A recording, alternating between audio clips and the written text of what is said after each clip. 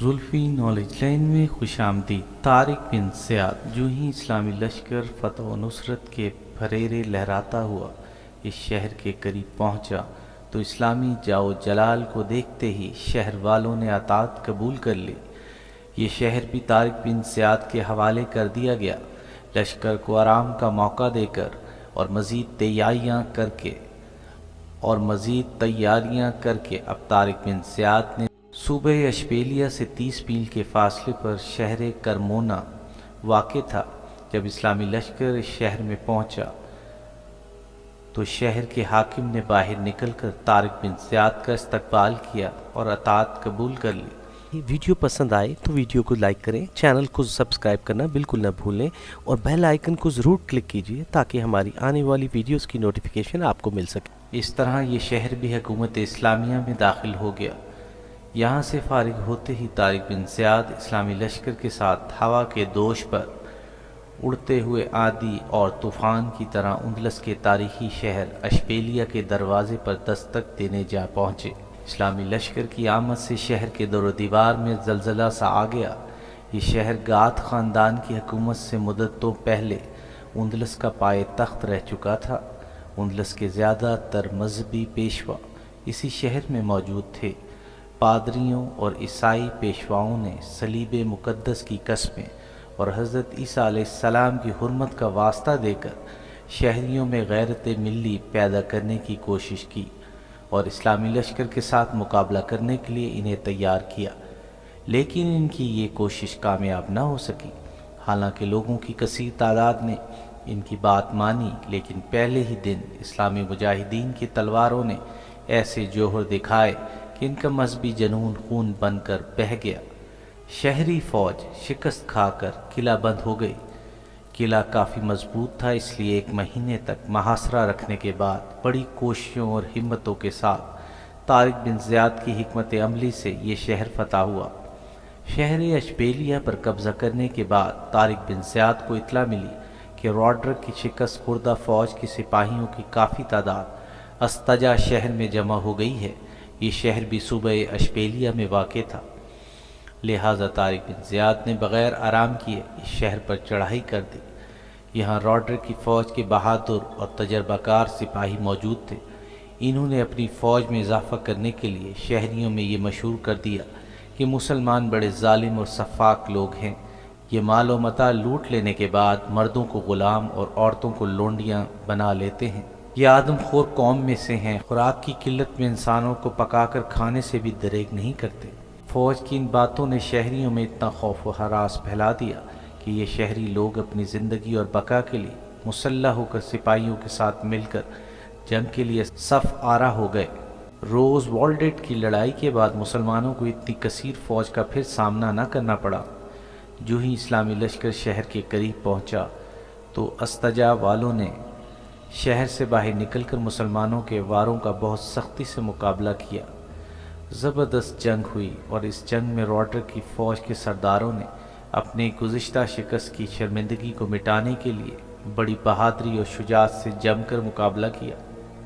شمشیروں سے شمشیریں اس طرح ٹکرائیں کہ شرارے نکلنے لگے۔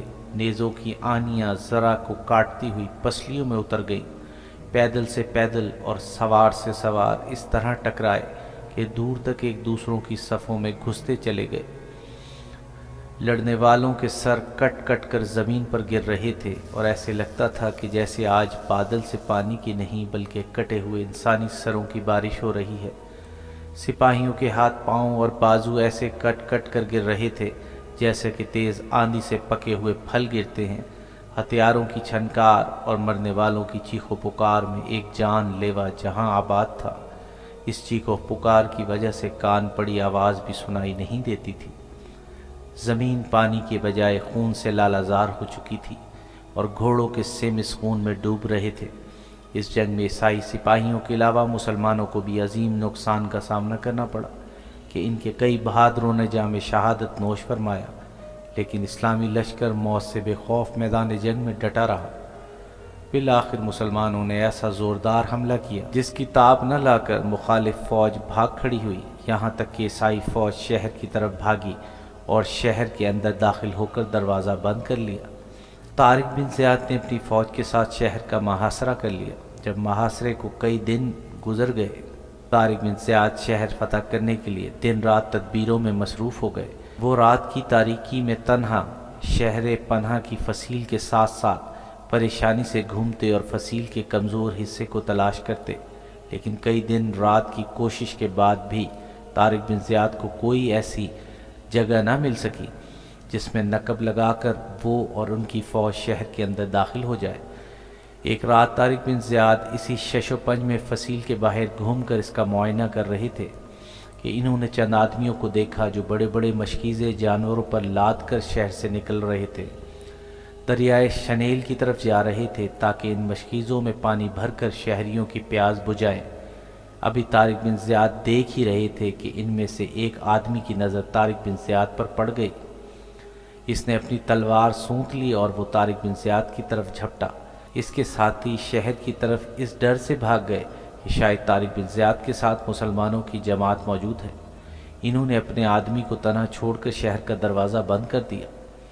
اب اس آدمی اور طارق بن زیاد کے درمیان تلوار کے وار ہونے لگے۔ دونوں میں بڑا زبردست مقابلہ ہوا۔ شہر سے باہر رہنے والا اور طارق بن زیاد سے مقابلہ کرنے والا آدمی نہایت تجربہ کار، صاحب تدبیر، سخت جان، بہادر اور تیز ترار تھا۔ طارق بن زیاد کو اسے زیر کرنے کے لیے بڑی ہمت اور کوشش کرنی پڑی۔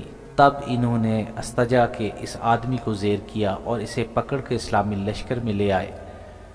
آدمی شکل و صورت سے معزز معلوم ہوتا تھا، اس لیے طارق بن زیاد نے اس سے شہر کے حالات پوچھے۔ پہلے تو وہ آدمی خاموش رہا اور بہانے بنانے لگا، پھر اس نے کہا کہ وہ اس شہر میں پناہ لیے ہوئے ہے۔ جب اس آدمی پر سختی کی گئی تو اس نے اپنی زبان کھول دی۔ یہ شخص اس شہر کا والی تھا۔ آخر شہر کو تباہی سے بچانے اور عوام کے جان و مال کی حفاظت کے لیے اس نے شکست قبول کرتے ہوئے امان طلب کی۔ طارق بن زیاد نے اس سے امان کا وعدہ لیا۔ استجا کے حاکم نے جزیہ دینا منظور کر لیا اور حسب منشا دونوں شرطیں طے پا گئیں تو حاکم استجا نے جا کر دروازہ کھلوا دیا۔ اسلامی لشکر شہر میں داخل ہوا۔ چونکہ طارق بن زیاد ان سے امان کا وعدہ کر چکے تھے، اس لیے اسلامی لشکر کے سپاہیوں نے اس شہر میں امن و امان قائم رکھا اور اپنی روایات کے مطابق اس شہر کی عوام کے ساتھ نیک سلوک کیا۔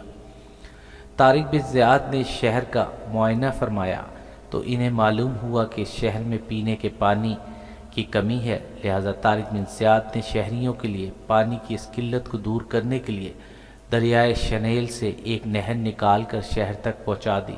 اب شہر میں پانی کی کوئی قلت نہ تھی، ہر ایک پانی کو بغیر کسی کی اجازت کے استعمال کر سکتا تھا۔